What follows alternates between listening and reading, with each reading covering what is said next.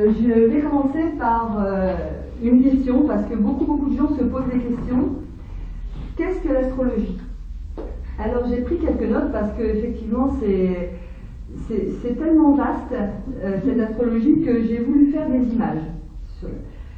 Chaque planète est en quelque sorte le personnage d'une pièce. C'est-à-dire que si je vous parle de Vénus, qui est la planète de l'amour, ça va être le personnage, ça va être vous. Vous jouez dans une pièce. Lorsque Vénus est dans un signe, elle prend les énergies de ce signe. Je vais prendre un exemple. Vénus qui est dans le signe de la Balance, c'est l'harmonie, c'est la relation à l'autre, c'est quelque chose d'assez fort. Et quand elle est dans le signe de la Balance, c'est décuplé. C'est quelque chose qui vient se rajouter. Et ensuite, donc elle se charge de l'énergie de la planète. Et les maisons dans lesquelles elle exerce, cette Vénus, c'est le secteur, ça représente un petit peu le théâtre de vie. C'est-à-dire que si vous avez une Vénus, admettons, qui soit en Balance et dans la maison 7, admettons, eh bien vous aurez Vénus qui vous représente vous avez les énergies de la Balance qui représentent les énergies avec lesquelles Vénus va communiquer, et elle sera dans la maison 7, la maison donc des relations. Cette Vénus peut être de la 1 à la 12, elle réagira de toute façon autrement. Dans chaque maison, elle aura un rôle différent à jouer. Si c'est une Vénus qui est en maison 2, admettons, eh bien elle aimera le côté possession, elle aimera le côté bonne bouffe. Ouais, elle aimera ça, ce sera quelqu'un qui aimera recevoir. Voilà. Alors que si elle est en maison 4, elle aimera surtout son cocon. Donc tout a une incidence. Donc la planète, c'est vous, l'énergie du signe, c'est l'énergie qui se trouve dans la maison, et la maison, c'est le théâtre, tout simplement. Donc c'est notre vie. Après, les aspects qu'elle fait, au niveau des aspects, en fait, c'est le dialogue qu'elle fait avec d'autres planètes. Parce que si vous avez une Vénus qui dialogue avec votre Soleil, si elle dialogue à 60 degrés ou à 120 degrés, mais ça c'est pas important pour cette conférence, elle va avoir de jolis dialogues. Elle va dialoguer, elle va être très bien avec votre Soleil. Par contre, si elle est à 90 degrés, admettons ce qu'on appelle un carré, elle ne va pas dialoguer correctement avec vous. Donc elle va vous lancer des défis. Et ces défis, en fait, c'est à vous de les gérer. Voilà un petit peu l'astrologie, comment ça se... Donc c'est une technique d'investigation psychologique. C'est grand comme mot, hein. Ça fait bien, non? Je trouvais que ça faisait classe quand même. Voilà. Alors, c'est le champ de la dualité et des résistances. C'est ce que je vous expliquais. Nous avons des aspects dans l'astrologie qui sont... les bons aspects s'appellent les sextiles, les trigones. Ça, ce sont des très bons aspects. Par contre, on a aussi des carrés et des oppositions.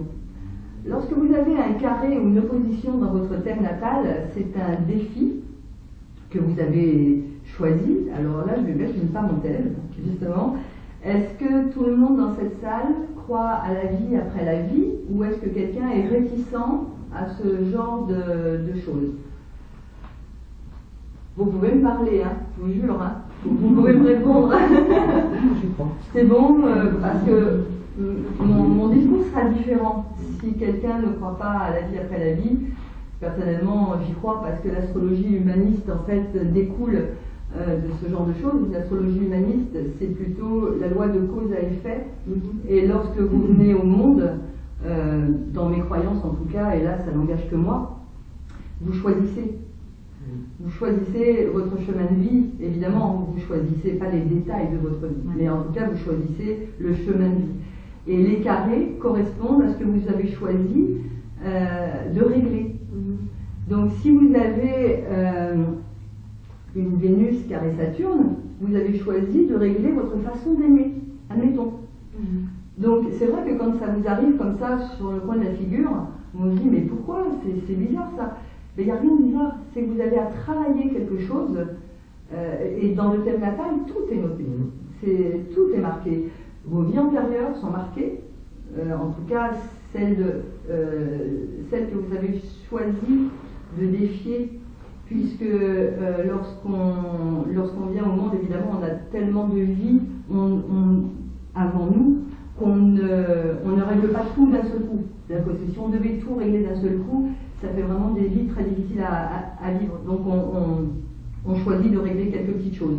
Parce que je crois qu'on a tous de la chance d'être nés en France, oui. ou en Europe. En Europe, pardon, ou en Europe. À l'étranger. À l'étranger, mais je veux dire, vous avez la chance de vivre ici, en tout cas, et qu'il y a des peuples qui n'ont pas cette chance-là. Malheureusement, leur choix a été de vivre difficilement. C'est vrai que c'est très très difficile pour eux. Ça m'affecte énormément, mais on doit avancer quand même. Même si on est né en France et qu'on a de la chance, on doit quand même avancer, même si d'autres souffrent. On n'a pas le choix. À quoi sert l'astrologie? C'est ce que j'étais en train de vous expliquer. Donc, déceler les problèmes à la source. Quand je parle de la source, c'est cette roue solaire. Quelqu'un sait, je n'ai pas amené ma roue solaire? Non, je ne l'ai pas mis. Quelqu'un sait comment c'est fait un thème natal avec la roue solaire, les différentes maisons de 1 à 12, le champ d'expérience dans lequel on réagit. Donc, à quoi ça sert? Ça sert à déceler les problèmes à la source. Excusez-moi, il y a quelqu'un qui rentre. Bonjour. Bonjour. Désolée, bonsoir plutôt. Nous sommes un peu en retard, c'est pas grave. C'est une bande sur la route? Oui. J'ai mon ami qui est dehors. Oui, bonsoir. Bonsoir, Claudine. Michel, enchanté. Marie, j'avais décidé de te présenter également. Alors, c'est pas dans le même registre que moi, parce que moi, c'est de l'astrologie et Marie est voyante. Donc, c'est pareil à la fin, si vous avez envie de discuter avec ces personnes. Donc, elle habite à la Moutonne également. J'ai beaucoup de chance, j'ai des gens de la Moutonne qui viennent me voir. Merci, en tout cas. Donc, je continue, Marie. J'étais en train de présenter un petit peu l'astrologie. Donc, déceler les problèmes à la source, c'est l'accès pour aller vers vous-même. Alors, j'ai mis un petit astérisque, 2, ça veut dire que j'ai quelque chose à vous dire. Alors, il faut toujours attendre les carrés pour sortir, en fait, du défi que vous vous êtes choisi. C'est-à-dire que lorsque vous naissez, pour vous dépeindre un petit peu ce que c'est, lorsque vous naissez, les planètes, elles tournent. Nous, on est sur Terre, les planètes, vous naissez plat. En fait, vous venez, vous avez la photo de naissance, ce sont vos planètes placées dans telle maison, avec tel aspect. Vous avez le Soleil, vous avez la Lune, vous avez Vénus, Mars, enfin, toutes les planètes, vous avez un Soleil, un ascendant. Et tout se fige à la seconde où vous naissez. C'est pour ça que lorsqu'on fait un thème natal, l'heure de naissance est très importante parce qu'à 10 minutes, un quart d'heure près, une planète peut être placée dans une autre maison. Et donc ça change quand même beaucoup de choses. Et c'est pour ça que les gens me disent « Oh, je suis né vers 23h ». Si c'est 23h15, ce ne sera pas 23h. Vous comprenez? Et donc, ce qu'on va pouvoir vivre ne sera pas vraiment... Ce ne sera pas vrai. Ce ne sera pas vrai. Donc ce sera ennuyeux pour moi parce que je me sentirais un petit peu mal à l'aise par rapport à ce que j'ai dit. Et ennuyeux pour elle aussi parce qu'elle n'aura pas vraiment ce qu'elle a cherché. Donc lorsque vous naissez, ça s'arrête, ça se fige. Mais ça se fige, mais les planètes continuent à avancer. La Lune continue à faire son tour, Vénus continue à faire son tour, et à un moment donné de votre chemin, en fait, c'est vrai que bébé, on ne sent pas tellement, malgré que c'est là quand même avec les bébés, c'est là quand même, mais c'est plutôt les parents. Et ça continue à avancer, et ça forme ce qu'on appelle des aspects. Et ces aspects, lorsqu'ils sont confortables, on ne les voit pas passer, on se sent bien dans la vie, tout va bien. Par contre, quand ils arrivent à faire des carrés, là, il y a un défi à relever. Et si vous pouvez appréhender ce carré, si vous savez à quel moment de l'année il va y avoir un carré, il est très facile de devancer le défi à venir. Parce que vous allez savoir quel est le défi, dans quelle maison il va se passer, et avec quelle planète, donc quelle énergie, et qu'est-ce que je dois faire pour pouvoir... je vais vous donner un exemple qui sera beaucoup plus facile pour vous. Admettons que vous avez Mars qui traverse la maison 6, la maison 6 étant une maison de santé. Mars traverse la maison 6. Elle vient faire un carré à Saturne, donc elle vient se mettre à 90 degrés de votre Saturne de naissance. D'accord? Si elle vient se mettre à 90 degrés, ça veut dire qu'il y a la possibilité d'une fracture. Fracture, foulure, mais c'est parce que c'est une maison de santé que je vous parle de ça. Ça aurait été dans une autre maison, ça aurait pu être aussi des possibilités d'avoir des blocages au niveau de vos actions, parce que Mars représente les actions. Donc forcément, ça va être compliqué Mais si vous le savez, eh bien, vous allez devancer ce défi. Bonjour. Rentre. Non, c'est à 19h. Mais c'est pas grave, Camille. Est-ce qu'il y a encore une chaise ou est-ce qu'il faut que j'aille chercher? Non, il y a des chaises. Excusez-moi.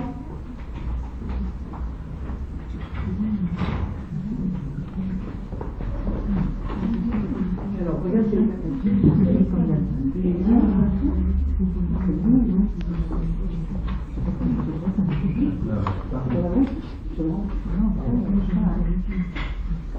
Voilà, donc j'étais en train d'expliquer. Bienvenue Camille. Merci. J'étais en train d'expliquer comment déceler les problèmes à la source et l'accès donc pour aller vers soi-même. C'était donc ces carrés. Au moment des défis, si vous êtes prévenu, eh bien vous allez pouvoir travailler sur vous en fait pour pouvoir devancer ce qui peut se passer. Si c'est dans une maison de santé, vous allez vous dire, je vais faire attention peut-être à pas conduire très vite en voiture, je vais être plus attentive.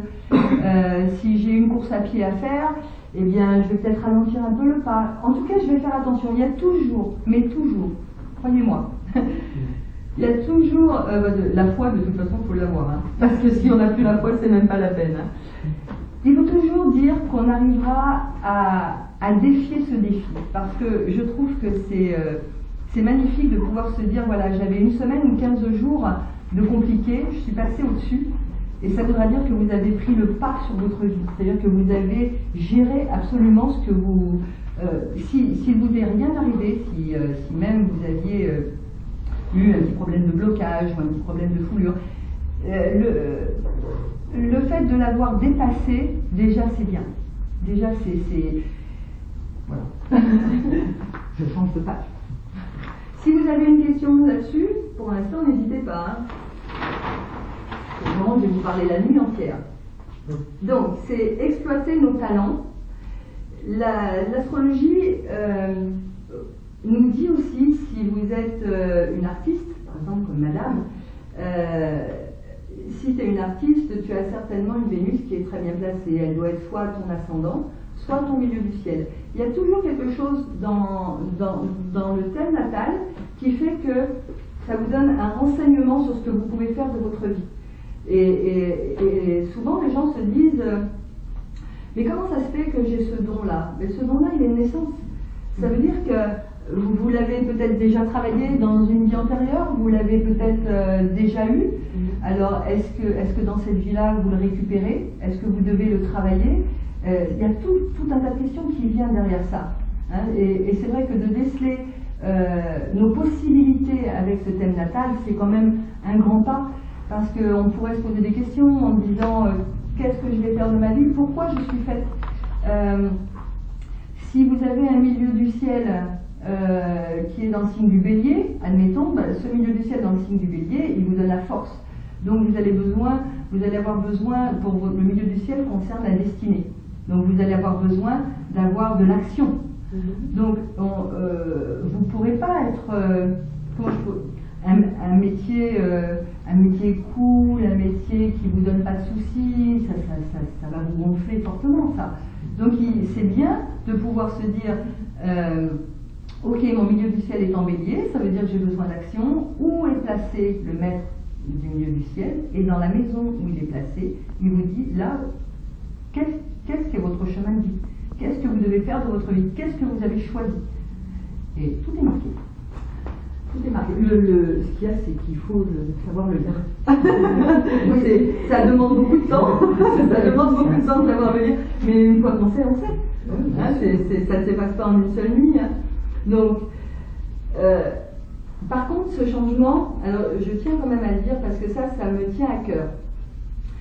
Le changement que vous allez opérer sur vous, en fait, à chaque prise de décision, ce changement est à votre charge. On ne pourra jamais... Qu'est-ce que je pourrais prendre comme exemple pour vous dire ce que je viens d'écrire? Le changement est à la charge de la personne. C'est pour ça que les prédictions ratent dans 50% des cas. Je voudrais m'expliquer là-dessus parce que j'ai beaucoup entendu pas mal de gens dire « Ah, mais l'astrologue m'avait dit ça, je devais trouver du travail. » Mais si vous avez Jupiter qui vous donne la chance de trouver du travail, qui est bien placé avec votre milieu du ciel, excusez-moi de temps en temps parler chinois, mais c'est un petit peu de l'astrologie, donc je suis obligée de m'en servir. Et si vous avez cet aspect dans votre thème natal qui fait que vous avez des portes ouvertes pour chercher un travail, pour trouver un travail, eh bien si vous restez chez vous, le travail ne viendra pas vous chercher. Et beaucoup de gens confondent l'astrologie avec la voyance. Ce n'est pas du tout de la voyance. C'est, malgré qu'on peut se tromper dans les deux cas, il ne faut pas être... on n'est que des humains. On n'a pas la science infuse. Et c'est vrai que... D'ailleurs, c'est bon de se tromper aussi, parce que ça remet en question certaines choses. Donc c'est important de se tromper également dans sa vie. Mais c'est vrai que si vous, à ce moment-là, si vous avez choisi de rester chez vous, la personne viendra vous offrir du travail, ou alors ce serait un miracle. Et il y a des miracles, hein? Oui. Mais en tout cas, dans 50% des cas, les gens ne veulent pas aller vers leur vie. Les gens ne se donnent pas les moyens. Et si vous devez faire un stage, et si vous vous dites non, j'ai pas envie d'y aller, eh bien vous n'aurez pas de travail. Ou si vous cherchez l'amour. Si vous cherchez l'amour et que vous restez chez vous, vous ne sortez pas, vous ne voyez pas d'amis, que vous refusez toutes les invitations, comment voulez-vous trouver un amour? C'est pas possible. À moins qu'il passe par le fil du téléphone. C'est encore moins possible. Donc, je voulais faire un petit aperçu là-dessus parce que je voulais qu'on soit tous d'accord avec ça. Vous êtes acteur de votre vie, vous n'êtes pas spectateur de votre vie. Et beaucoup de gens prennent leur vie comme un spectacle. C'est-à-dire qu'on s'assoit, on regarde sa vie passer, on se dit « Ah, bah si j'avais su ». Mais il faut prendre cette énergie et aller vers son chemin, vers ce qu'on a choisi. Même si on tombe, c'est pas grave. Parce que de toute façon, l'être humain est fait pour se relever. Donc de toute façon, c'est pas grave.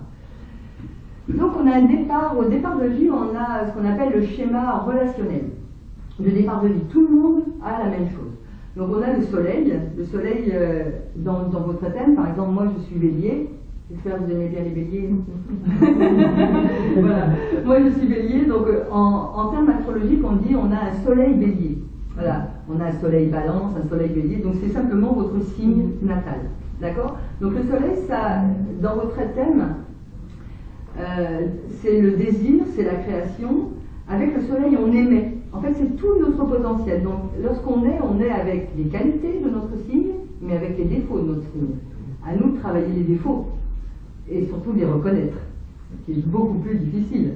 Quand on est un petit bélier primaire en début de vie, je peux vous dire que reconnaître ses défauts, c'était pas mon fort. Hein. Ah non, j'avais pas de défauts. Tout venait des autres, bien sûr. C'est tout à fait normal. Enfin, comment je pouvais moi me remettre en question? C'est pas possible. Donc voilà, mais après, la vie s'est chargée de me faire apprendre. Oui, ça quand on l'oublie, elle, non. Ensuite, vous avez la Lune. Donc ce schéma relationnel de départ, pour tout le monde, c'est très important. D'ailleurs, pour les Indiens, lorsqu'ils font un thème natal, les Indiens, le soleil, c'est la Lune pour eux.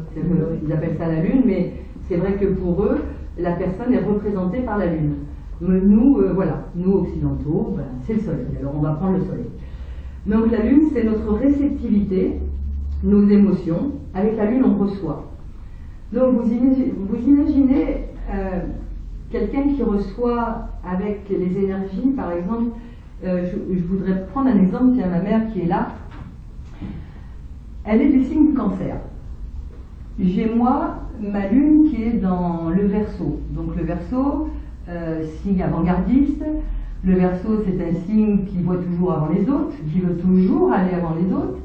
C'est l'indépendance, il ne faut pas toucher à sa sacro-indépendance. C'est quelqu'un qui vit, qui n'a pas besoin des autres quelque part. C'est un créateur, hein, le Verseau. C'est quelqu'un qui aime en tout cas son indépendance. Ma maman qui est du signe du Cancer, qu'est-ce qu'elle a voulu? Elle a voulu me protéger. Elle a voulu me dire, mais attends, je suis là, ne t'inquiète pas, je vais faire pour toi. Moi, ma lune qui recevait ces messages, mais j'ai pas envie que tu fasses pour moi.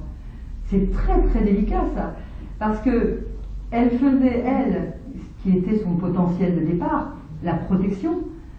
Elle s'adressait à quelqu'un qui avait une lune en Verseau, donc qui avait envie de s'extérioriser, d'aller découvrir le monde sans avoir besoin d'aller dire où elle était. Donc c'est pour ça que l'entente entre deux personnes est très très importante. Lorsque vous avez le thème de chacun, ce qui s'appelle une synastrie, lorsque vous faites le thème de deux conjoints, par exemple, il est facile de savoir comment l'autre pense, comment l'autre agit, et il est facile de savoir où ça va blesser.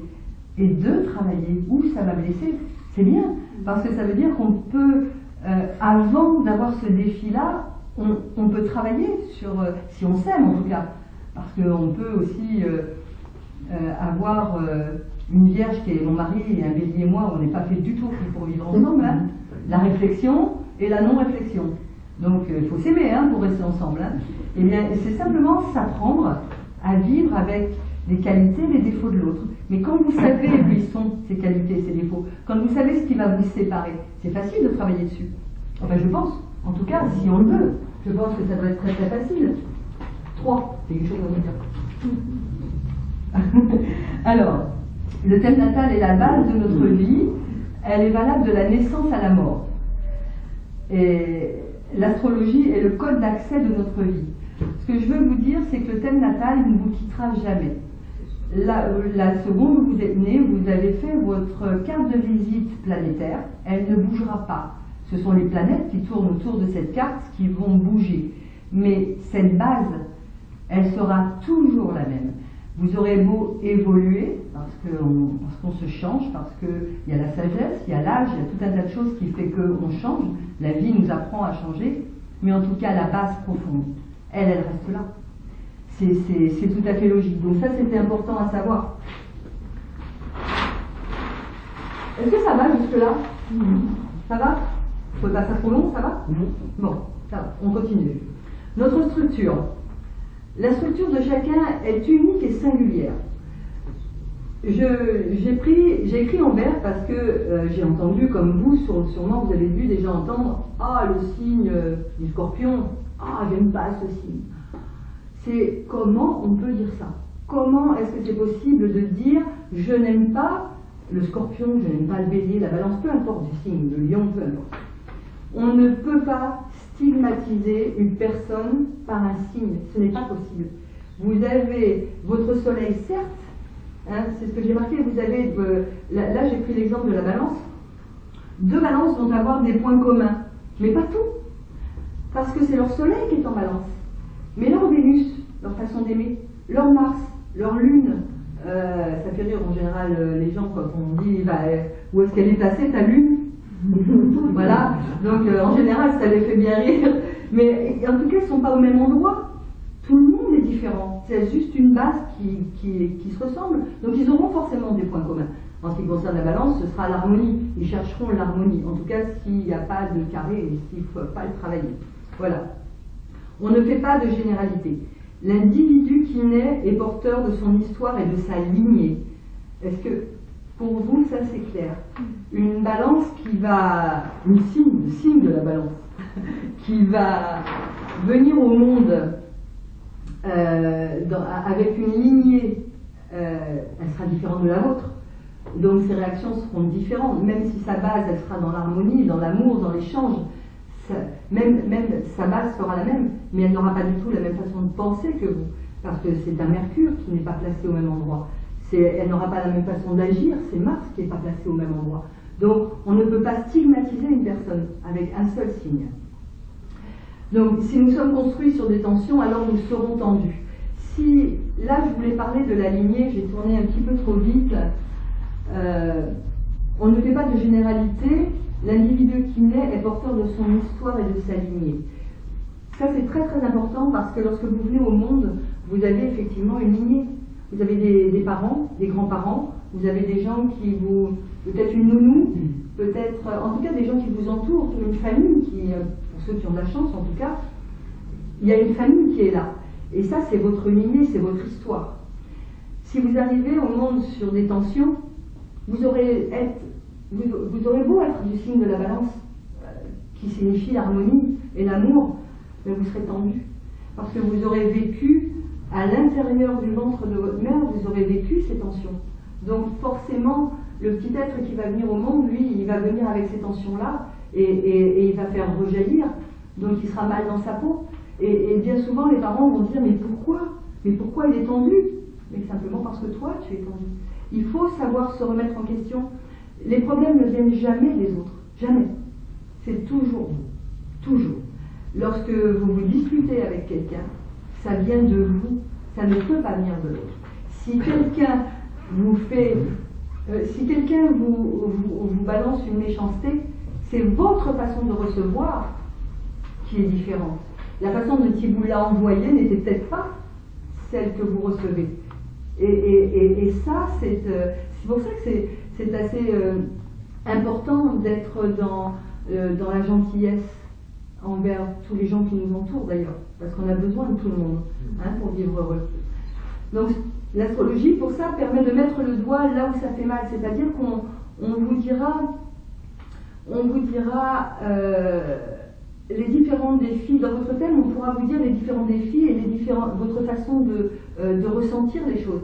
Si vous avez votre lune qui est dans le signe du Capricorne, vous serez quelqu'un de dur, donc vous enverrez des choses aux gens. Vous enverrez, alors pour vous ce ne sera pas méchant, ce sera qu'une remise en question. Parce que le Capricorne c'est quand même un signe qui est droit, qui est rigide, qui sait où il va. C'est un meneur, hein, c'est un chef en général, hein, c'est le haut du ciel, donc c'est un chef qui construit dans une maison. Le Capricorne, d'ailleurs ce qui est bizarre, c'est qu'il y a un animal qui s'appelle le Capricorne et qui se met dans les toits. Et bien, dans l'astrologie, le Capricorne c'est le toit. Donc c'est important ça.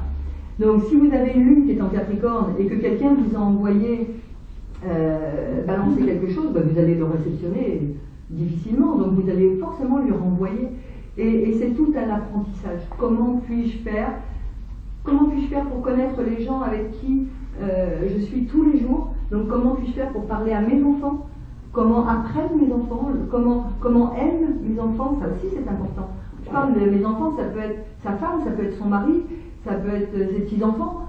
Moi j'ai 3 petits-enfants, ils sont tous les 3 différents les uns des autres et ils ont une manière de penser différente chacun, et je m'adapte parce que c'est à moi de m'adapter, et c'est normal puisque c'est avec moi qu'ils conversent. D'accord? Alors c'est l'exportation de notre manière d'aimer, de penser, d'agir, de ressentir et de créer.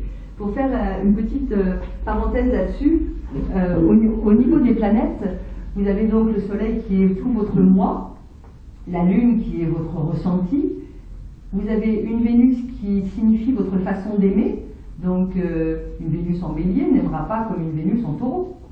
Donc si vous avez des gens autour de vous et que vous savez que sa Vénus par exemple est en bélier, vous saurez comment l'aimer, vous saurez ce qu'elle attend de vous. Si elle a une Vénus en Verseau, vous saurez aussi comment lui donner de l'amour. Parce que si vous êtes quelqu'un qui aimait la liberté et que votre compagne ou votre compagnon a une Vénus en Taureau, on va pas du tout apprécier la liberté. Ah ça c'est sûr. Il va dire non, c'est ici, c'est un cocon, là c'est chez toi, tu restes là. Comment voulez-vous qu'ils s'entendent? Donc il faut s'attendre, il faut s'apprendre. L'astrologie est là pour qu'on s'apprenne ensemble. Et donc la Vénus c'est votre façon d'aimer, donc tout peut changer dans votre façon de faire, bien sûr. Si vous avez un sextile ou un trigone, pas besoin de le changer, tout va bien pour vous. Il faudra juste vous adapter, mais pour vous ce sera facile. Si vous avez un carré, ce sera beaucoup moins facile. Mais on s'adapte quand même. Ensuite vous avez Mars. Mars c'est votre façon d'agir. Si vous avez une façon d'agir qui tombe en poisson, un Mars en poisson par exemple, il va se battre, ce sera un coup de couteau dans l'eau. Il est en poisson. Mettez un Mars en bélier, vous allez voir la façon d'agir comment elle va être. Alors que Mars c'est quand même le maître du bélier. Mais s'il tombe dans une maison qui appartient au poisson, il n'aura pas du tout envie de vous écraser. Alors qu'un Mars en bélier, il va aller se battre. Ça va être un guerrier, ça va être je sais pas moi, des gens ça va être un gendarme, un pompier, il va pouvoir faire ça, d'accord? Et vous avez Mercure, donc Mercure, ça c'est votre façon de penser. Alors ça, il n'y a pas une prof ici? Oui? Non? Il me semblait qu'il y avait quelqu'un. J'ai pensé à toi lorsque, alors je ne remettais pas le visage, mais j'ai pensé à toi lorsque j'ai travaillé sur Mercure. Si tous les professeurs avaient le thème, alors évidemment, ça c'est utopique, mais ça fait rien, j'aime bien l'utopie, ça fait avancer. Si tous les professeurs avaient le thème de leurs enfants, juste la planète Mercure, de savoir dans quel signe, donc avec quelle énergie l'enfant travaille. Si vous avez un Mercure en Taureau, par exemple, vous savez que cet enfant, eh bien, il va mettre longtemps à apprendre sa leçon. Il va mettre plus longtemps que les autres, parce que c'est un lent, parce que c'est un calme, sa façon de réfléchir est beaucoup plus posée. Il va donc mettre longtemps à apprendre. Par contre, ce qu'il aura appris, il le gardera à vie, c'est-à-dire que ça ne s'en ira pas. Le même Mercure avec un autre enfant en Gémeaux, ça va être très récréatif. Lui, il va prendre un bouquin, il va lire la préface et il va dire « j'ai lu le bouquin ». Et c'est exactement ça. Et c'est sa façon de faire. Et ce serait génial qu'un prof puisse savoir comment réagir, comment apprendre cet enfant. Parce que vous pourriez, ou même les parents, parce que si les parents savaient comment leurs enfants apprennent à l'école, eh bien ils pourraient adapter leur façon de faire les devoirs, par exemple. Si quelque chose que je connais bien, donc si on a un Mercure en Bélier, excusez-moi de parler de moi, mais c'est quand même le thème que je connais le mieux. Donc, si vous avez un Mercure en Bélier, eh bien, ce Mercure en Bélier, il va lire 3 fois, il va savoir sa leçon, il va aller jouer dehors, il va se dépenser, il va rentrer, il va tout avoir oublié. Tout. Cet enfant-là, le lendemain matin, avant d'aller à l'école, il faut lui faire relire sa leçon, parce qu'il aura besoin de la relire pour pouvoir travailler à l'école, pour pouvoir être comme les autres. Si la maman ne va pas, la nounou, peu importe, la personne qui l'éduque, si elle ne sait pas ça, elle dira mais il savait hier, donc elle partira confiante. Mais pas du tout, il a tout oublié. Alors que le petit taureau, celui qui a le Mercure en taureau, si vous lui demandez de relire sa leçon le lendemain, il va vous envoyer balader, parce qu'il ne va pas comprendre que vous ne lui faites pas confiance, puisqu'il l'a ingurgité, c'est à l'intérieur de lui. Il n'a pas oublié, lui, contrairement au Bélier. Donc vous voyez que c'est très très important quand on a des gens autour de soi qui sont en plein apprentissage, savoir comment ils apprennent, de quelle façon ils font des échanges, de quelle façon ils vivent l'apprentissage. Et si cet enfant, ce même enfant, je parle beaucoup de Mercure parce que l'intellect est très important, et si par exemple ce même enfant a un Saturne carré Mercure, il va avoir énormément de mal. Alors pas la peine de se fâcher avec lui. C'est pas la peine, parce qu'il est bloqué. Il faut au contraire l'aider, il faut au contraire essayer d'être d'un calme avec lui en lui disant ce n'est pas grave, et lui donner la confiance en lui. Parce que cette confiance-là, avec un Mars carré Mercure, mais il ne l'aura pas, puisqu'il oublie tout, puisqu'il a ce blocage de naissance. Donc c'est à travailler. Est-ce que je suis claire dans mes explications? Oui. Est-ce que jusque-là vous avez des questions ou on attend la fin pour les questions? Si vous en avez.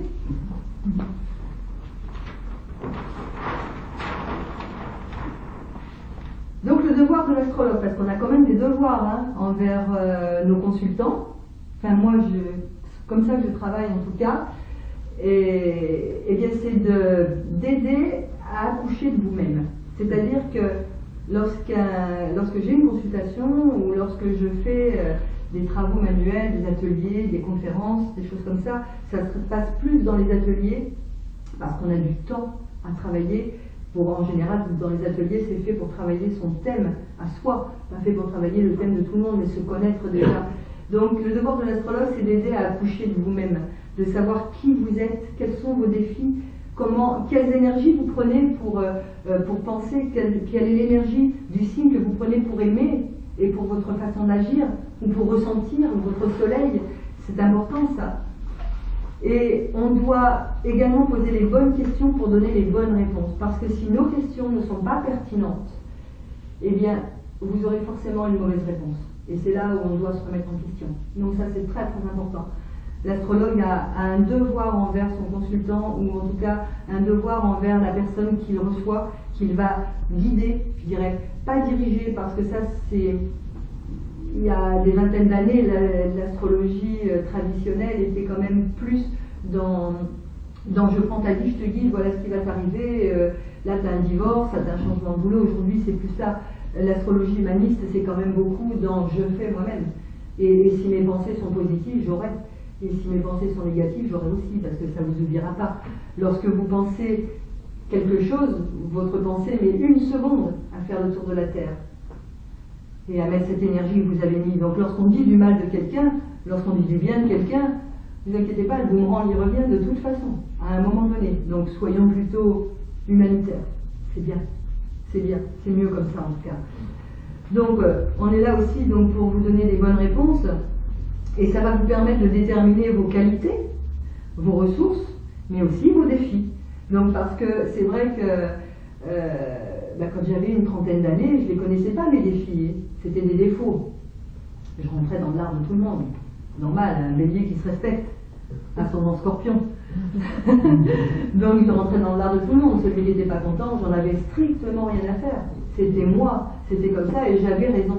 Donc aujourd'hui, en fait, j'ai beaucoup changé parce que je connais mes défis. L'astrologie m'a appris au moins à travailler sur mon thème. Et tant que je n'ai pas débloqué mon Saturne, puisque c'est Saturne qui vous débloque de toute façon, tant que je n'ai pas réussi à débloquer mon Saturne, je suis restée dans cette impossibilité d'avancer dans la vie. Donc j'étais pas personne, parce qu'on n'est jamais personne, on est toujours quelqu'un. Mais ça n'empêche que j'étais bloquée dans ma vie. Donc certes, j'ai fait des choses qui m'ont plu, mais je suis retombée de toute façon. Et à cause de moi. À cause de moi. Donc il faut quand même faire le distinguo entre votre éducation et votre moi. Voilà, parce qu'on vient d'une lignée, on vient d'une famille qui a eu une vie, qui a des mémoires, et ces mémoires, vous les avez, vous les enfermez dans votre être. Hein. Ils sont bien profonds, ça s'appelle des vieux fantômes, ça. Et votre éducation n'est pas forcément ce que vous êtes aujourd'hui. Et là, je vais vous raconter l'histoire d'un monsieur qui était du signe du Sagittaire. Alors, pour le signe du Sagittaire, ce sont quand même des gens qui aiment l'étranger. Ce sont des gens qui sont normalement ouverts à d'autres horizons. Ce sont des gens qui sont faits pour voyager. Ils ont des idéaux, oui, je ne me trompe pas, ils ont des idéaux très élevés. Hein, c'est Jupiter qui gouverne ce signe, donc c'est quand même Jupiter, c'est la plus grosse planète du système solaire, qui est quand même, c'est important. Et ils sont gouvernés par cette planète-là, donc ils ont un idéal très élevé. Donc ce sont des gens qui doivent aller vers un idéal, mais qui doivent aussi voyager. Eh bien, ce petit Sagittaire, il était... Vous voyez que c'est non. Non, bon, j'ai une crêpe avant de me dire. Ce petit Sagittaire, en fait, il était dans une firme où il était dans un bureau. Et il sentait bien sa vie, elle était pépère, elle était bien, il avait une femme, des enfants. Il pensait que sa vie, que la vraie vie, c'était ça, c'est ce qu'il pensait. Ma foi, il était pas malheureux quand je lui disais « Ta vie est belle, tu es bien? Oui, oui, ma vie est belle, oui. » Et il ne savait absolument pas que la vie, c'était pas celle qu'il avait choisie, parce que lorsqu'on... Je saute du coq à l'âne parce que c'est important. Lorsqu'on est avec un soleil Sagittaire, on l'a choisi. Donc on a choisi de faire un chemin vers cet horizon lointain. On a choisi ça. Donc il ne savait pas qu'il était encore sur son chemin, ce gars-là. Et puis, sa hiérarchie l'appelle. Et lui dit, on a un boulot pour toi, tu es muté en Chine. Et là, tout a dégringolé. Ça a été pour lui quelque chose de difficile parce qu'il ne voulait pas partir. Il a été obligé de partir parce qu'il n'a pas eu le choix. Il a été obligé donc de partir avec sa femme et enfants en Chine. Et bien ce monsieur-là, lorsqu'on le revoit 1 an après, c'est plus le même. Il vit, là on lui demande même plus s'il est heureux. Ça se voit sur son visage. Il est resplendissant, il pétille de bonheur. C'est-à-dire qu'il ne savait pas à quel point son chemin était l'étranger, tout simplement. Il avait peur de se lancer dans sa vie, peur de perdre ce qu'il avait. Et en fait, il n'a pas perdu, il en a gagné. Il a gagné. Et c'est pour ça que je vous dis, quand on est bélier, on se bat. Quand on se bat parce qu'on est la personne qui plante la graine. Alors après, on ne va pas longtemps, hein. Quand même. Hein. C'est le taureau qui va se battre longtemps. Hein. Lui, le taureau, il est fait pour faire le tronc de l'arbre. Hein. Celui qui va dire tavernier. Hein. C'est celui qui va être comme ça, qui va vouloir avoir le bien-être. Après, tous les signes, le Gémeaux, c'est celui qui va vouloir apprendre beaucoup de choses, mais en superficialité. Il va avoir beaucoup de mal à descendre pour aller creuser et savoir tout d'un sujet. Il va vouloir parler de tous les sujets qui existent parce que c'est un communicateur. Hein, c'est Mercure qui le gouverne, donc c'est un communicateur. A contrario, Mercure gouverne le signe de la Vierge, c'est l'analyse. C'est pas du tout Gémeaux. Donc Mercure a deux faces quand même. Hein. Vous avez le récréatif, celui qui veut toujours s'amuser et qui n'arrive pas à vieillir. D'ailleurs, en général, ils mettent beaucoup de temps à être matures. Et vous avez la Vierge qui, lui, il est dans l'analyse continuelle. Donc c'est pas le même Mercure, vous voyez. Donc chaque signe est différent. Donc voilà, ce petit Chinois, ben, maintenant il est heureux. Donc tant mieux pour lui. Après, l'astrologie nous connecte à notre plan de vie. En fait, l'astrologie, elle vous met une pancarte en disant, voilà, par exemple, comme ce petit Chinois là, enfin, petit Français qui est devenu Chinois, voilà, ta pancarte, c'est des horizons lointains, c'est un idéal ailleurs, c'est, elle vous donne une indication, l'astrologie vous donne une indication. C'est vous qui y allez ou pas. C'est vous qui décidez. Et c'est à vous d'inventer votre propre histoire. Si vous êtes dans un travail, si vous avez trouvé un boulot qui vous plaise, qui ne vous plaise pas, si à un moment donné ce travail-là, allez, je vais reprendre une histoire. Ce travail-là, ça ne vous dérange pas les histoires? Non? Ça va? Vous pouvez participer, il n'y a pas de problème là pour moi. Vous pouvez me couper parce qu'autrement je ne m'arrête pas. Hein. Si vous allez au travail, ce travail, bon, il est alimentaire, il ne vous plaît pas forcément. Allez, 6 mois, 7 mois se passent, bon, vous n'êtes pas bien dans votre peau. Boum, un jour vous allez au travail, vous avez un petit accrochage en voiture. Bon, un petit accrochage en voiture.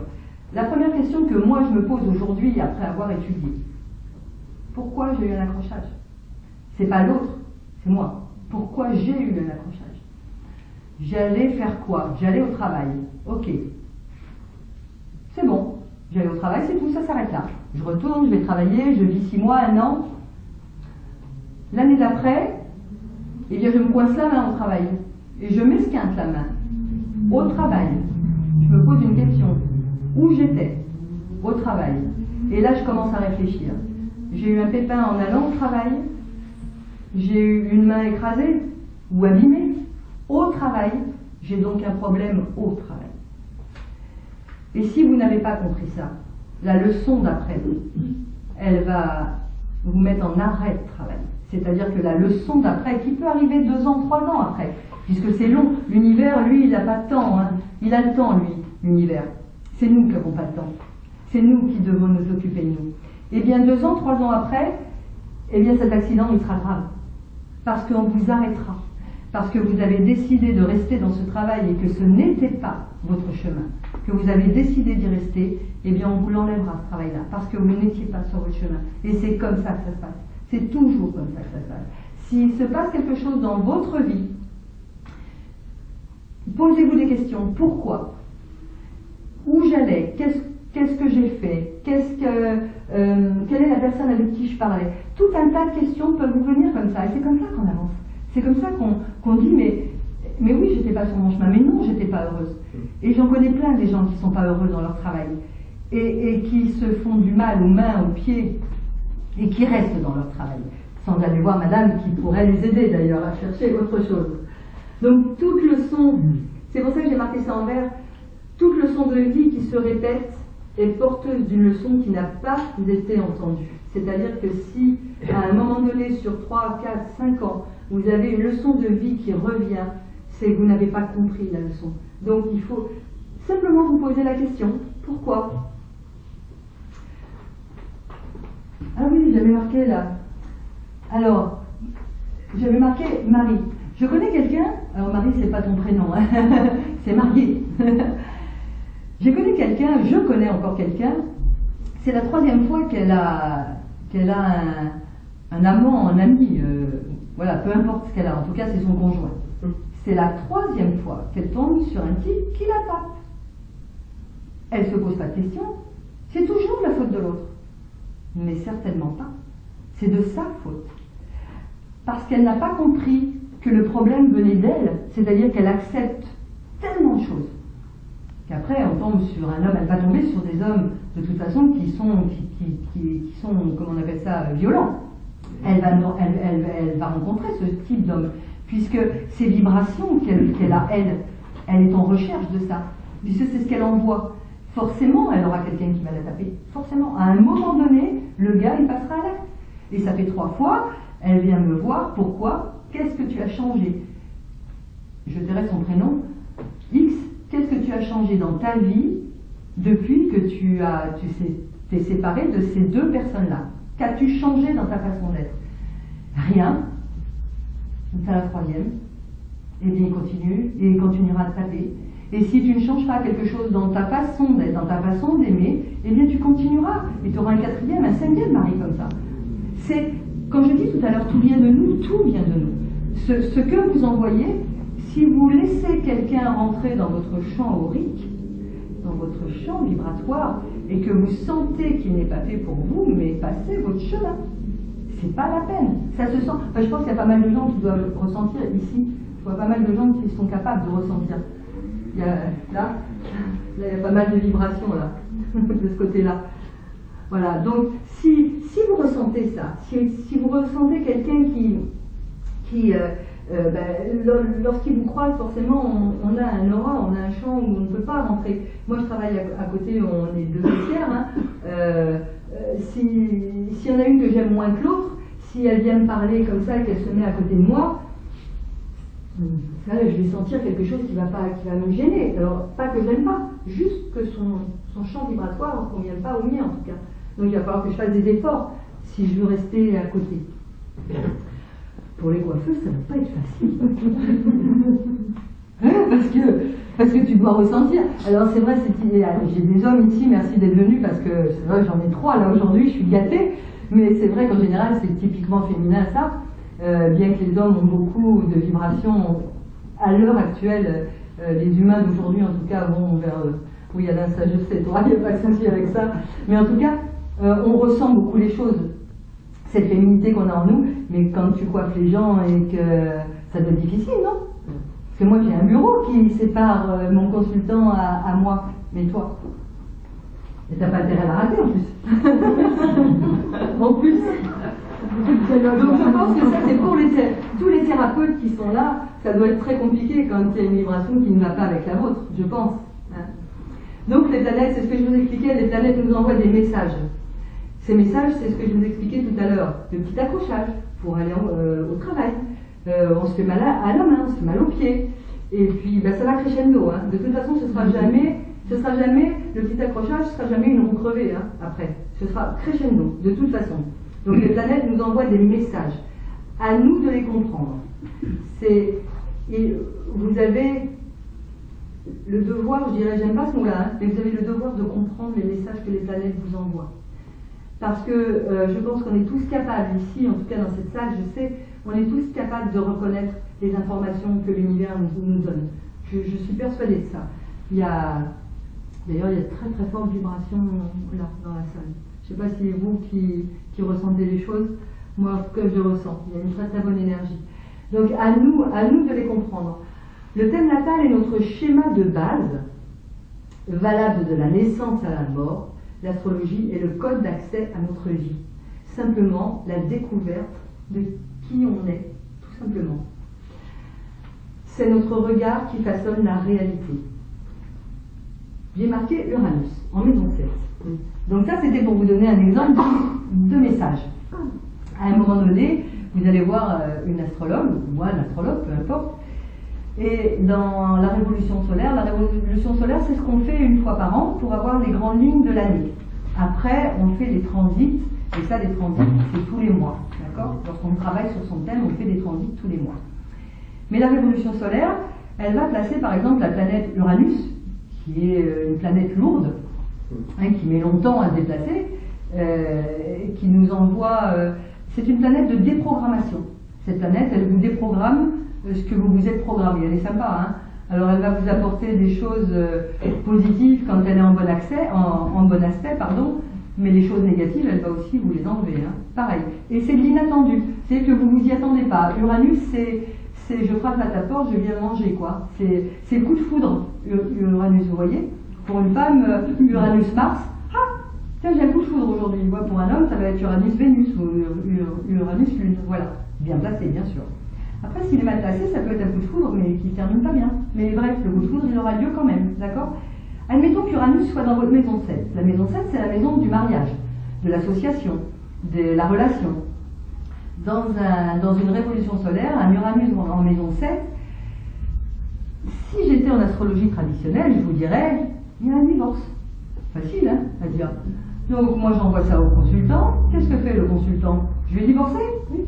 Ben, pourquoi je ferais des efforts? Donc, il n'a pas de base. Puisque l'astrologue a dit que j'allais divorcer, pourquoi je vais faire des efforts? Je vais suivre ce que l'astrologue m'a dit, mais pas du tout. On ne fait pas ça. On dit, il y a une crise à passer parce que un Uranus en maison 7, au niveau relationnel, il y a une crise à passer. C'est indéniable, c'est sûr. Par contre, votre conscience, elle, peut vous faire que vous tenez à ce mariage ou à cette relation amicale, peu importe, tout dépend des planètes qui sont touchées. Mais en tout état de cause, c'est vous qui allez faire que la relation va continuer ou se désagréger. En aucun cas, l'astrologue n'a le droit de prendre votre vie en main. Elle n'a pas le droit. Elle n'a pas le droit de vous dire que vous allez divorcer. Il ou elle, hein, peu importe. Personne n'a le droit de vous dire ça. Par contre, vous prévenir qu'il y a une problématique à régler, quelque chose à faire sur votre façon d'être, parce que si vous avez le carré dans votre thème annuel, votre conjoint ou votre conjointe, lui, il ne l'aura peut-être pas. C'est donc à vous de faire le travail sur vous. D'accord? Je suis claire avec ça? Oui. Donc c'est notre regard qui façonne la réalité. La façon dont vous allez le prendre va faire votre vie de tous les jours. Donc la démarche de l'astrologie, bien sûr, elle est évolutive. Elle est évolutive dans le sens où un taureau, une balance, un scorpion, à 10 ans, c'est pas le même que quand il en a 50, on est bien d'accord. Donc on évolue avec notre sagesse. Et je ne pourrais pas parler à un jeune de 30 ans comme je parlerais à quelqu'un de 50. Je vais m'adapter à sa façon, à son être, à son entièreté. Parce que si je lui parle avec mes mots de 50 ans, il va dire c'est bon la vieille, t'as rien compris quoi, j'ai pas envie de ça. Je veux m'adapter à lui. Donc à nous adapter aux gens qu'on rencontre. Si vous rencontrez un jeune de 30 ans, ne lui parlez pas d'un feu de cheminée quoi, ou alors il sera romantique. Mais bon, c'est rare, hein, quand même, hein. Ou alors il ne le montre pas. Hein. Voilà. Mais ça va le gêner, donc je ne vais pas lui parler. Je vais lui parler comme un jeune de 30 ans. Je vais le mettre à sa hauteur. C'est à moi de me mettre à sa hauteur. C'est moi l'adulte. C'est à 30 ans, en général, les garçons, j'en ai un de 34 ans, je vous assure que dans sa tête, il n'a pas 34 ans. Hein.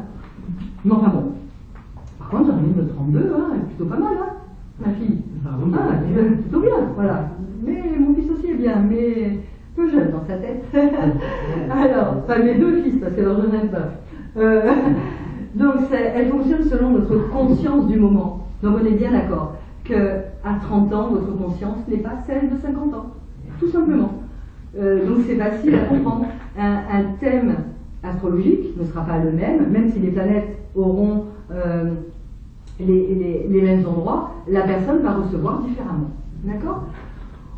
On ne fera pas non plus d'un bélier un taureau. Voilà, on n'est pas là pour changer les gens. C'est-à-dire qu'un bélier, il est là pour prendre des décisions, pour être le chef, il est là pour planter des graines, et après il se passe. Voilà. Il a dit, moi j'ai fait mon boulot, maintenant au taureau de faire le sien. D'accord? C'est ça, c'est un peu ça. Chacun sa place. Chacun sa place. Et donc on ne fera pas d'un bélier un taureau, ni même d'un escargot un lièvre. Et ça, j'ai pris ça parce que, en fait, qui est-ce qui est arrivé le premier? Vous vous souvenez de cette femme? C'est les carreaux. Donc voilà. Alors on part jamais perdant. Jamais dans sa vie, on ne peut pas partir perdant, parce que si vous partez perdant dans votre vie, c'est perdu d'avance. Parce que déjà, si vous n'y croyez pas vous-même, si vous n'avez aucune confiance en vous, ben vous n'avancerez pas. Ayez confiance en vous. Vous vous êtes incarné. C'est pour faire quelque chose. Personne ne s'incarne pour rien faire. C'est pas possible. L'incarnation, c'est quand même une école. L'incarnation, je suis là pour apprendre quelque chose, autrement on serait encore dans le ciel avec les petits anges, et puis ben, je pense qu'on doit être pas mal. Hein. Enfin, moi qui crois à ça, on doit être bien. Hein. On doit être bien. Hein. Mais non, on s'est incarné, donc on est venu à l'école. On est venu voir les professeurs. Voilà. Et les professeurs, ben, c'est la vie. Et elle ne nous épargne pas, c'est sûr. Alors, par contre, on peut changer les réponses au rendez-vous que nous donnent les planètes. C'est-à-dire que votre état de conscience va faire que vous allez changer les réponses. Comment je pourrais vous expliquer un état de conscience différent? Par exemple, quand il m'arrive quelque chose, parce que je ne suis pas l'exemple des défis, j'en ai tous les ans, comme tout le monde, et je les prépare. C'est peut-être la différence qu'il y a entre vous et moi, je les prépare. Mais même si je les prépare, hein, ils sont là. Ils sont là. Par exemple, je vais vouloir évoluer dans mon travail qui me sert à manger, hein, celui où je vais taper à la caisse. Je vais voir mon patron, j'ai envie d'évoluer, j'ai envie d'être vendeuse, admettons. Eh bien, il va me dire non, je ne te vois pas vendeuse. Quelle va être ma réaction? Moi, j'ai envie de le faire. Lui n'a pas envie que moi je sois vendeuse. Eh bien, ma réaction, elle sera simplement en relation avec la conscience que j'ai. Eh bien, s'il a refusé de me passer vendeuse, c'est que c'est pas mon chemin. Point. Et c'est pas grave. Parce que si c'est pas mon chemin, c'est que j'ai autre chose à faire. C'est que je suis pas faite pour être vendeuse. Et même si j'ai envie, parce que un ego me dit, au lieu de dire t'es caissière, t'es vendeuse, ce serait l'ego qui parlerait. Parce que de toute façon, qu'est-ce que j'attends de ce boulot-là? Qui me donne à manger, c'est tout. Et comme je vis des bons moments, bah, les vivre en état de caissière ou en état de vendeuse, bah, autant que j'accepte. Et autant que j'accepte en me disant, ok, il a refusé, c'est donc pas mon chemin. Je vais pas lui en vouloir, loin de là. Il m'a simplement mis devant, il m'a mis la pancarte, et il m'a dit, ce n'est pas votre chemin. Enfin, moi, je l'aurais pris comme ça. Je ne sais pas comment vous prenez les choses, si vous vous insurgez contre la vie qui, quelquefois, vous donne quelques défis. Quelquefois, c'est compliqué de dire, bah, c'est mon chemin, et puis bah, je le prends, et puis tant pis, c'est pas ce que je voulais, alors il faut ravaler, il faut mettre son petit ego, parce que je rappelle, l'ego, ce n'est pas un organe vital. Tout le monde le sait. Hein. L'ego n'en a pas besoin, normalement. Par contre, quand on lui fait de l'ombre, et puis il se réveille et il dit, oh, je suis là, tu m'as oublié, je suis ton ego. Et puis de temps en temps, bah, l'ego, il revient, parce qu'on est des êtres humains. Alors, bah, il joue, hein, il s'en va, il revient. Et d'essayer de ne plus être dans l'ego, c'est le plus difficile pour un être humain, parce que c'est tellement agréable d'être reconnu, tellement agréable. Donc voilà. Donc on peut décider d'y aller ou pas à ces rendez-vous que nous donnent les planètes. Mais si vous n'y allez pas, elles reviendront. Plus dur, c'est sûr. Donc comment comprendre le sens de ce qui nous arrive? Eh bien c'est sortir de notre dualité, donc il faut mettre de côté, excuse-moi un moment, les schémas parentaux. Excuse-moi, d'habitude t'es pas là. Donc on met de côté les schémas parentaux parce que c'est leur vie, ce n'est pas la nôtre. Chacun sa vie, on pense différemment, on est différent. Lorsque des parents mettent au monde des enfants, ils ne font pas les enfants pour eux. Il faut les laisser partir. D'accord? Et il faut les laisser partir et surtout couper le cordon. Et là, je pense qu'il y en a pas mal qui vont se sentir touchés. Il y en a un derrière que je vois. Donc, il faut mettre de côté les schémas parentaux parce qu'ils ont eu leur lignée. Certes, ils nous ont donné des clés, certes. Il faut les remercier pour les clés qu'ils nous ont données parce que c'est important d'avoir des clés. Mais sachez ouvrir vos propres portes. Ce sont vos portes à vous, ce ne sont pas les leurs. C'est très très important de le faire même si ça déplaît, parce que quelquefois on fait des choses, quelquefois j'ai pris des chemins de vie qui n'étaient pas toujours évidents. Quand je suis partie de Paris pour venir il y a plus de 20 ans maintenant dans le sud, maman était encore sur Paris, c'est très difficile. Mais j'ai pris la décision de m'en aller, parce que c'est important de prendre cette décision-là et de vivre sa vie telle qu'on a envie de la vivre. Donc les schémas parentaux, c'est bien, il faut s'en imprégner, garder ce qu'on a envie de garder, mais lâcher ce qu'on a envie de lâcher. Et quand on a des parents qui sont toxiques, parce que malheureusement ça existe, des parents toxiques, je sais que dans la salle, il y en a qui ont des parents toxiques, c'est très très difficile et il vaut mieux se séparer des parents toxiques. Voilà, même si c'est difficile. Et il faut s'approprier l'entièreté de son être. Vous vous appartenez à vous. C'est à vous de faire votre avenir. La seule pensée que vous émettez va faire que vous allez faire votre seconde d'après. C'est-à-dire que si vous émettez une pensée négative, eh bien, la seconde d'après, vous l'aurez émis, cette pensée négative. Elle vous suivra. Essayez de donner de l'amour. Parce que je sais bien qu'on s'écarte un peu de l'astrologie, mais c'est l'astrologie humaniste. Et lorsqu'on donne de l'amour, on a de l'amour en retour. C'est pas plus compliqué que ça. Si nous luttons, l'univers nous envoie des événements où nous pouvons tirer profit des leçons. C'est ce que je vous expliquais tout à l'heure. Les accidents, vous savez, vous n'êtes pas bien au temps du travail, vous avez un petit pépin, ensuite vous avez la main qui est prise, ensuite vous avez le grave accident qui vous enlève votre boulot parce qu'il y a 6 mois d'arrêt, peu importe. Et ce sont des événements qui vont vous mettre en lumière, en fait. Pourquoi vous êtes fait, pour ce dont vous êtes fait, pourquoi, pour, aide-moi, aide-moi, pour ce dont vous êtes fait. Merci. Voilà, nous avons toujours le choix de notre vie, et sachez que lorsqu'on fait, enfin sachez, je ne suis pas votre maîtresse, bien sûr, je ne suis pas non plus votre maman, mais je suis sûre que vous allez être d'accord avec moi, chaque choix, on perd quelque chose. À partir du moment où on fait un choix dans sa vie, on oublie quelque chose. Et si vous ne faites pas de choix dans votre vie pour garder tout ce que vous avez autour de vous, eh bien vous n'avancerez pas. Il faut faire des choix dans sa vie, quitte à perdre quelque chose. Nous avons toujours le choix et choisir, c'est perdre de toute façon. La différence est seulement notre manière d'envisager les choses et tout dépend de notre conscience. Parce que de toute façon, là-dedans, c'est la conscience qui parle. C'est-à-dire que si vous faites le choix de ne pas rester dans ce travail, de ne pas rester avec ce conjoint parce qu'il est toxique pour vous, oui, vous allez perdre. Vous allez perdre des amis autour de vous parce que vous n'aurez plus les mêmes amis, puisque en général, un couple, par exemple, je prends le couple qui est marié, qui se sépare, dites-moi combien de temps vous gardez vos amis? Combien de temps? On dit mais non, je suis avec toi, mais non, mais tu ne seras jamais avec moi. C'est évident. Par contre, ils ne veulent pas le dire, parce que ça fait trop mal.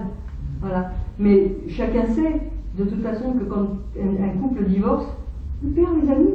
Parce que c'est pas facile d'inviter la femme seule, parce que le mec à côté, le couple qui invite, ben, il va s'emmerder. Parce que le type, il sera plus là pour parler avec lui. Donc il vous invitera plus, forcément. Donc vous perdez quelque chose. Mais vous gagnez. Vous gagnez en intensité de vie et en jouissance de la vie, tout simplement. Il faut juste un petit peu de temps pour se relever.